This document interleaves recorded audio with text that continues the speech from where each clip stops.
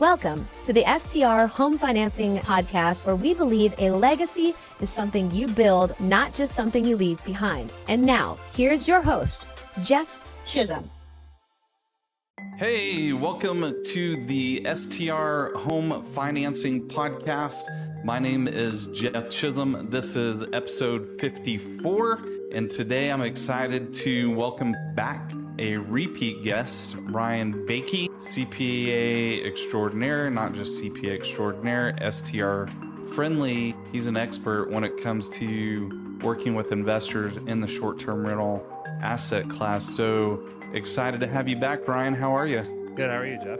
I am doing well, thank you. So I'm going to refer back to our original episode 21 to find out who you are, what you've done, what you're doing in the short-term rental space. So I'd really like to jump into the meat of our episode, which is this idea to play this game, mortgage lane or tax code lane, because I think people go out there, and what I love about the clients that we both work with are they are very well educated. They're not just jumping into things flippantly. So what comes with that is doing a lot of research, a lot of digging in. And so they'll listen to me, they'll listen to you, they'll listen to different things out there on social media, YouTube, whatever the case may be. And then they end up with actually talking to one of us, and they will cross their lanes, they'll cross their information when it comes to the financing piece of the equation, the tax planning piece of the equation. Do you find that to be common as well? I get it on a regular basis. Yeah, 100%. And I think the best investors are the ones that not only can they think a couple of steps ahead, but they also know what blind spots they're not seeing. For example, I think the number one most important thing that prevents investors from scaling their portfolio, from what I've seen, is they don't know how to protect their debt to income well enough. They have a primary mortgage, they buy their first or second property on a 10% down loan, and then that's it. Then the debt to income is blown out of the water, and they don't know what to do or how to scale. And that's where they can tune in to both of what we come out with content-wise to learn how they can move past those barriers. Yeah, absolutely. Yeah, so you found the same opportunity that I have, which is the big opportunity is to educate people. And I think that once they get on the phone with us, then we're able to straighten some things out. And so that's kind of the hope of this episode today, is we straighten some of these things out where people have these aha moments of, oh, I was thinking about it in terms of the tax code when it really doesn't affect the mortgage lane and vice versa. So the first question on our little quiz today, the property has to be a certain distance from your primary residence, mortgage lane or tax code lane. I would say dominantly mortgage lane.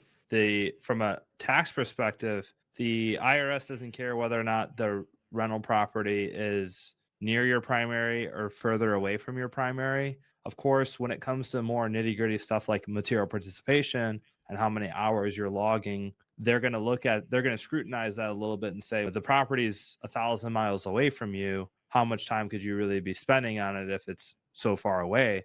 But from a tax code perspective, it doesn't matter how far the property is from your primary residence. And in fact, we just defended an audit of a client who lived in Virginia and he owned a property in the Smokies. So it wasn't just like a hop, skip, and a jump. Like, he did have a pretty far couple, I don't know, I want to say 4 or 5 hour drive to get to his property. Yeah. And the reason I bring this question up is I recently had a client that understood that was part of the tax code, and I reached out to you and asked you that question. But yeah, I get the mileage question on a pretty regular basis, and it's really old policy. So there's no actual mileage requirement. It used to be 50 miles. I've heard 75 miles. Again, people are going out and getting different information, and sometimes it could be that a originator is originating a loan where they have overlays to Fannie and Freddie. So when we get down to what do Fannie and Freddie allow, what is their policy, there is no mileage requirement. So that was a little bit of a trick question there.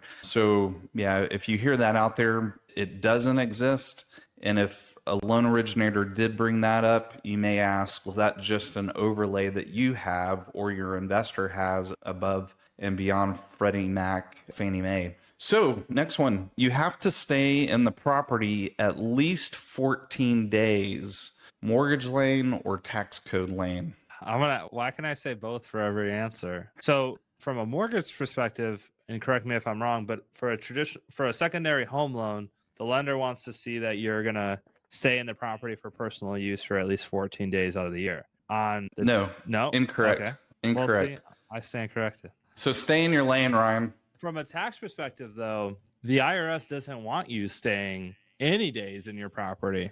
But if you are going to stay in your property, it has to be less than 14 days. In fact, if you stay longer than 14 days, then the IRS is going to take away some of the expenses that you're able to take on your rental properties, such as depreciation is a big one, mortgage interest, property taxes, insurance. And so it's a very big deal that you don't use a property for over 14 days personal use. Now, if you work on the property for at least 4 hours a day, it doesn't count as a personal use day. So when we visit our properties, these are work trips, people, not vacations. Okay. And as many times as I've made it or tried to force it to be a vacation, it always turns into projects. And yeah, so how do you recommend people logging those hours? What's the smartest way to document that? There's apps out there. I know there's an app called Reps Tracker. It's just like another app on your phone that you can use that's pretty mobile or digital. My best recommendation is I actually have a free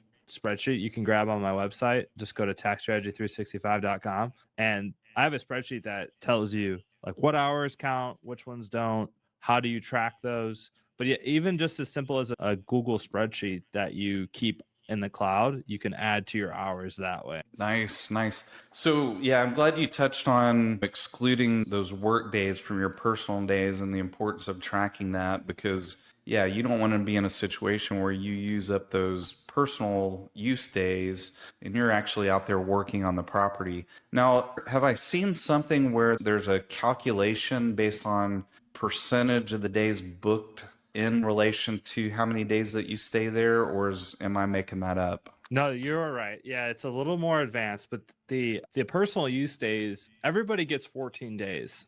Everybody gets their 14 days regardless of how many fair rental days. The rule is you actually get up to 10% of your fair rental days. So if I rented out my property for 200 days out of the year, 200 nights, technically I can use the property for up to 20 days personal use. You see how that math works? Yeah, absolutely. Yeah. And it's almost based on a projection, right? Potentially, because you're not going to know till the end of the year how many days it was actually rented. But if you've got that historical data for that next year, you can say, yeah, if I do as good as I did last year, I could stay there at least 18, 20 days, no problem. Is that how you typically see your clients handle that? Yeah, I don't think I've ever seen someone ask the question of like, how many days can I go and stay at my property? It's always an afterthought. So to Right. speak. Yep. But yeah, what's the average Smoky Mountain cabin renting out nightly out of a year? 235, 240, 250? That sounds, yeah. You get 20, 25 days of personal use on average for most people, most cabins. Yeah, no, and that sounds right on. Yeah. And to answer your question, sorry, I didn't mean to kick you out of my lane, but I get it all the time. I've got to stay there at least 14 days. I've got to stay there at least half the year. I get all different types of answers or questions to that. And the policy is there's no set amount of days that you have to stay in the property. So Fannie Mae's policy says that your intention has to be that you're going to occupy that property at some point during that first year. And this was probably about 6 or 7 years ago that they updated the policy, because they knew how people were utilizing these properties as short-term rentals, and they didn't want people to feel like they were operating in the gray or maybe even stepping into an area where they were going against the occupancy requirements. So they really changed that policy to make it more friendly towards people that were renting these out on a short-term basis, so they didn't feel like they were doing something wrong, which was nice. So it does say that the property has to be made available for your own personal use for at least half the year, but it doesn't say that you have to stay in it So the technicality there is that if you're putting these properties on Airbnb, Verbo, you are not in a contractual agreement that you couldn't cancel that booking. Now, could you get kicked off the platform potentially? Do you want to actually do that? The bottom line is that you don't lose the ability to occupy that property just because you have a booking. So that's the fine point that a lot of people don't pick up on, and where you'll hear that I have to stay in the property for at least half a year, or I can only rent it half a year. That's just that's not the case. So that's a big deal. It's important to understand that. So next question, trying to stick to that right around 10 minutes for our micro podcast. The property has to be a 1-unit single family residence or townhome to qualify for the tax benefits. And I added that on because I know the answer is mortgage lane on this, but there's nothing in the tax code that says that the property has to be a single family home or a townhome. So it could be a condo, it could be multifamily. Yeah, correct. And the tax man or woman, they don't care how you have or what type of property you have. What's more important is, are you on the hook for the debt? I think that's the most important question to ask anybody that's going to be wanting to take advantage of the tax code, because in the truest form, if you're not on the hook for the debt, then you don't get the tax benefits. So for example, if like Jeff and I are in cahoots together, we're going to go buy a short-term rental for $500,000. And I say, Jeff, I'll give you the 100,000 for the down payment, but you got to go take out the loan in your name. If I'm not on, I might be on the title, but Ryan's not responsible for the loan because the loan's not in Ryan's name. The loan's in Jeff's name. And so in order to get the tax benefits, you have to be responsible for that debt if the bank was to come knocking, if you know what was supposed to hit the fan. So I think that's the most important question to ask here is, are you on the hook for the debt? Oh, that's good. I didn't know that. That's huge because we do see potential partnerships, friends going in and buying the loan. Typically, I tell people you should be equally responsible. You should be equally benefiting from the relationship. Pretty unique situation where you'd have two partners go in and one guy says, I'll be on the hook for the mortgage, and you get to sharing the benefits. Now, bringing the down payment to the table is definitely, you got some skin in the game there, but it's definitely a deeper level when you're on the hook for the mortgage. So that's great information. And yeah, go ahead. I was going to give it just an easy example on that, right? Let's say I come up with a down payment for 100K and then the loan's 400K. So you're responsible for the 400K. I am not responsible for anything. Your basis in the property is 400,000.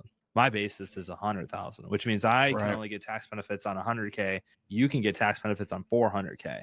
Makes sense? If that was equally split between us, then I would have my 100K basis, and then I would have my $200,000 of the part of the mortgage that I was responsible for, which would increase my basis. But like you said, and we try to tell clients this, but I try to, you want to be on the hook for the debt if you want the tax benefits. That's good. That is good information. Yeah, on my side, if I've got a client that wants to do that 10% down second home loan, they really want to stick with a 1-unit single family home or townhome. So it can't be multifamily. And then a lot of condos in destination areas aren't going to meet the requirement for Fannie and Freddie to do that 10% down loan, which we do have other options for what's called non-warrantable condos. But I typically tell people the safest lane to stay in or the route to go if you want to do that 10% loan is stick with single family or townhomes. So last one, Ryan, and we'll wrap up with this before we get your information on how to connect with you.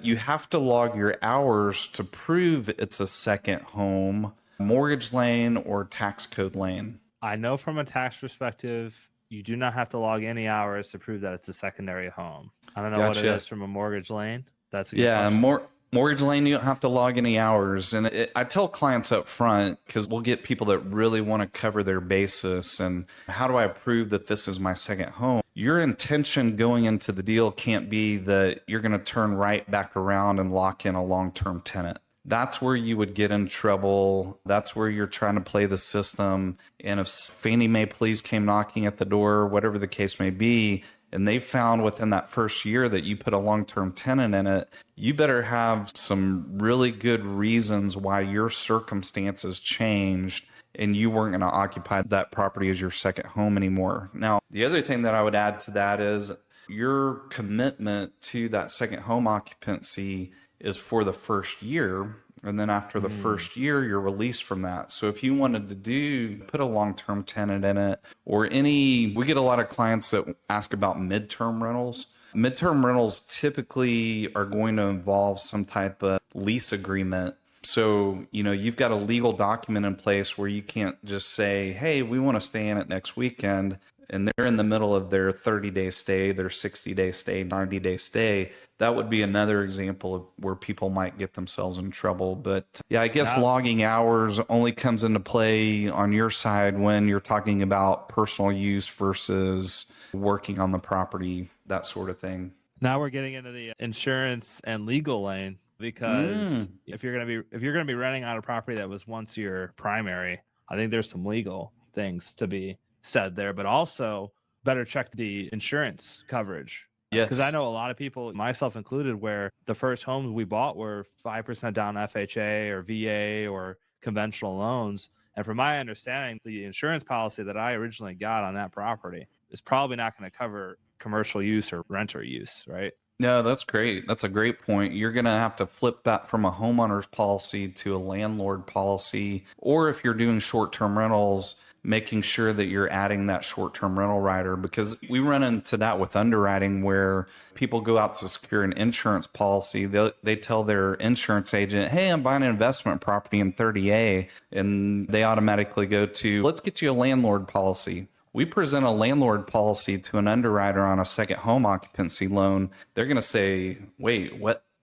Wait just a minute. You said that this was a second home, not an investment property. So yeah, they've got to make sure that they get that homeowner's insurance policy with the STR rider. Great point there. Yeah. So Ryan, tell us how people can get connected with you. Tell us about your resources that you have out there to educate people. How can they get connected with you? First and foremost, it'll be my Facebook group, Tax Strategies for Real Estate Investors. Got the largest community of real estate investors out there on that Facebook group. And then also just on my Instagram at Learn Like a CPA. So learn like you're in school, learn like a CPA. And then if you find me on Facebook, it's just my first and last name. You shoot me a message. I'll respond to any questions that you might have. Nice. Awesome. It was great having you again, Ryan. And look forward to people connecting with you, because the more that you can educate yourself, the better that you will succeed in this space. And it is all about connecting with the right people, connecting with experts that really have committed themselves to this space. So you're a prime example of that, Ryan. Appreciate your time, and until next time. Jeff Chisum is a registered mortgage loan officer with CMG Home Loans, NMLS ID 1820. CMG Home Loans is an equal housing lender. All programs, products, and terms discussed on this show are subject to change without notice.